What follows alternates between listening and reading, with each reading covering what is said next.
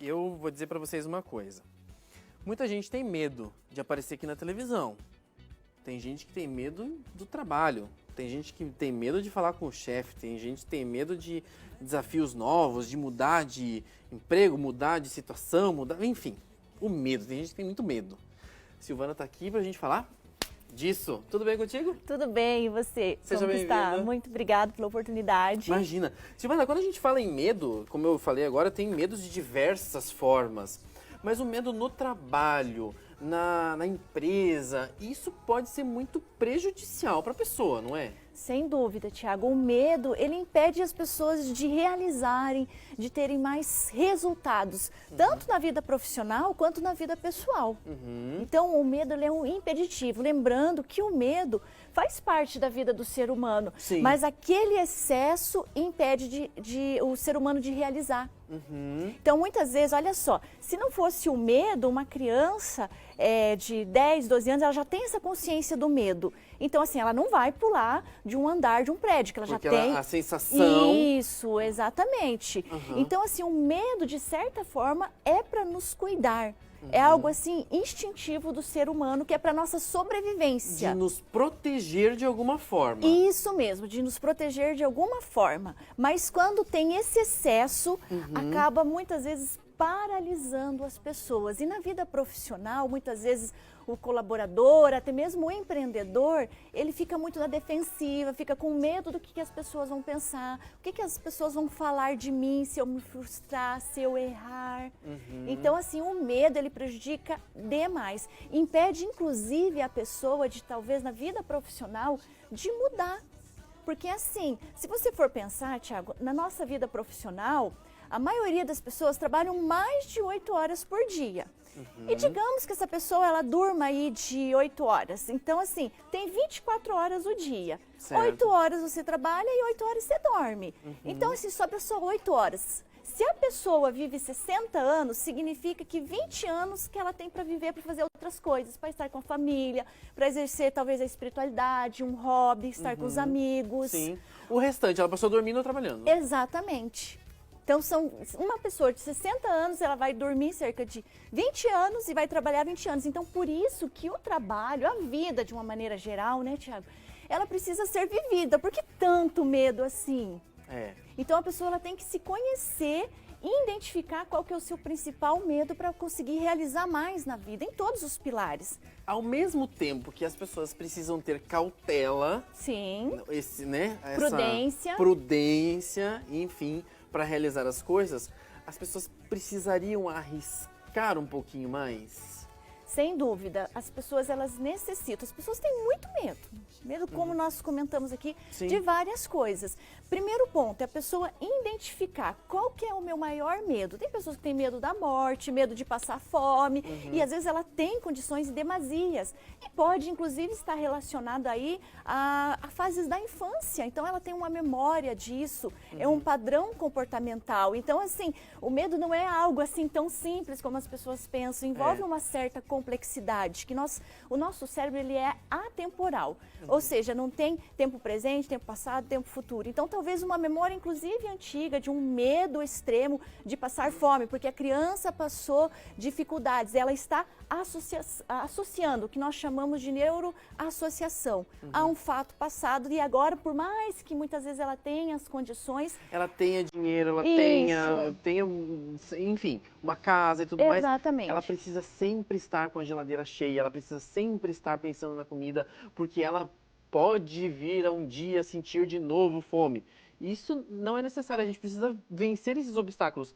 E como você falou, identificar isso, porque quando você identifica, você consegue trabalhar isso em você. Exatamente. E essa fase de identificação, a pessoa pode procurar um profissional, ela pode procurar treinamentos, desenvolvimento, que é a parte do autoconhecimento.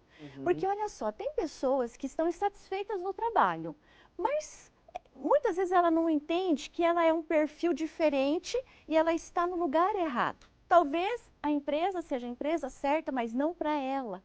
Ela está no lugar errado, então ela não sabe quais são suas habilidades, aquilo que é mais natural para ela. Então ela acaba tendo esse medo de arriscar ou acaba planejando em demasia e não executando.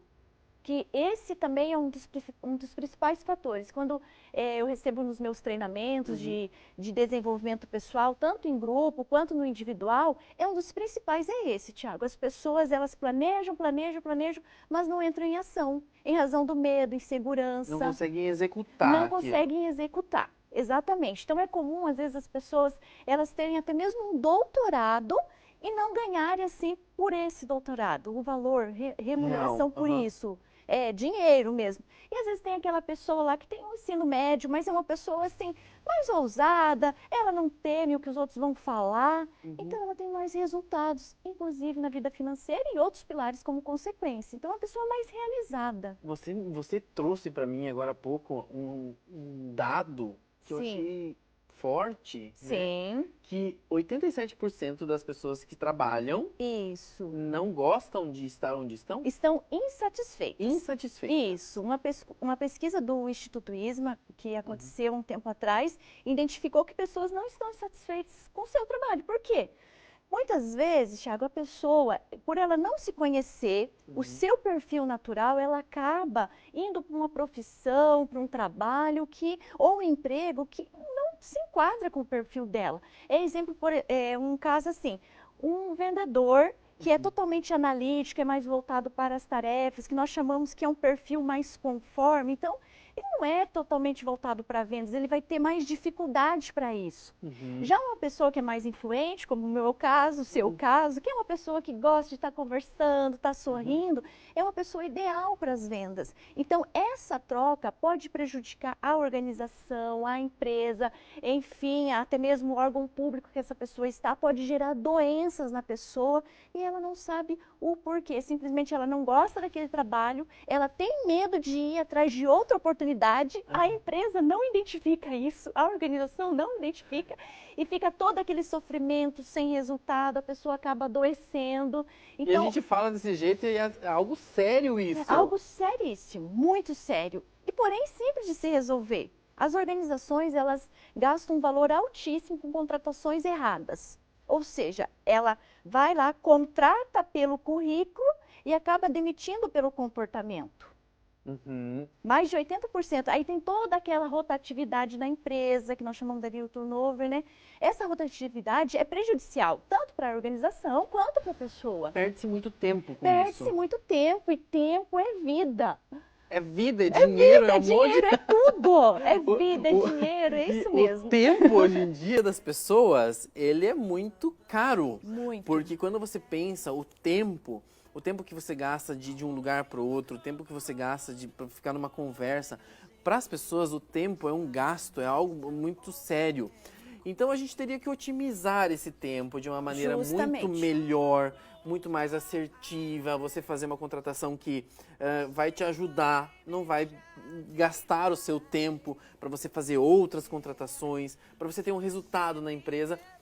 É um monte de coisa. Sem dúvida, muitas empresas já estão conscientes disso, elas já contratam um profissional que desenvolve isso, um analista de perfil comportamental, que vai identificar. Então, ela vai fazer ali vai identificar um estudo, isso, da organização, qual que é o quadro, que tipo de pessoa que ela precisa. Aí, na hora da entrevista, ela já vai identificar pelo perfil. Então, assim, existem dados. E uma das coisas que você falou, eu achei muito legal também, é que não adianta, se você tem um currículo lá, você é doutor naquela área, é sensacional, é incrível.